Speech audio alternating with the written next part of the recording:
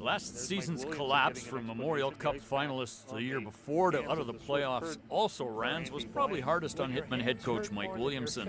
But under his guidance this year, the Hitmen have bounced back, will once again be playing in the WHL postseason and with home ice advantage in the first round. I think it's important. You know, we have played well on the road this year, some of our best hockey in stretches, but when it comes down to it, you know, the schedule is usually a little bit more favorable for the home team. Certainly that last change is a big advantage. The fan base we have here in Calgary is huge, and if it does come down late in the series, you know, Game 5, Game 7, those types of games, it's pretty nice to have here at home.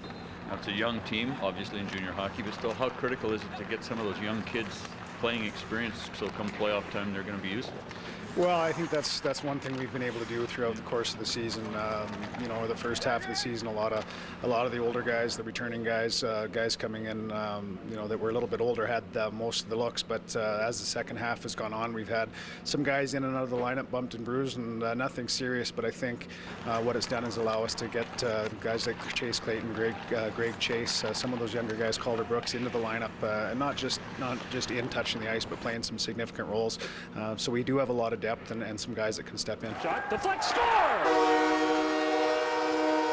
16-year-old forward Greg Chase is one of several Hitmen players enjoying their first full season in the WHL, but the jump from the midget ranks to major junior does feature a steep learning curve. It's a lot easier to make mistakes here than in midgets, so I mean you gotta play how the team wants you to play. You can't play on your own page, so there's a lot of factors into playing here. Greg, what's the best advice the coaching staff's given you? Just play a team game, and that's going to get me the furthest in hockey. I mean, if I play the systems and all that, it's going to, in the D zone, it's going to get me a lot of chances in the offensive zone. So I think that's the best piece of advice they've given me this year.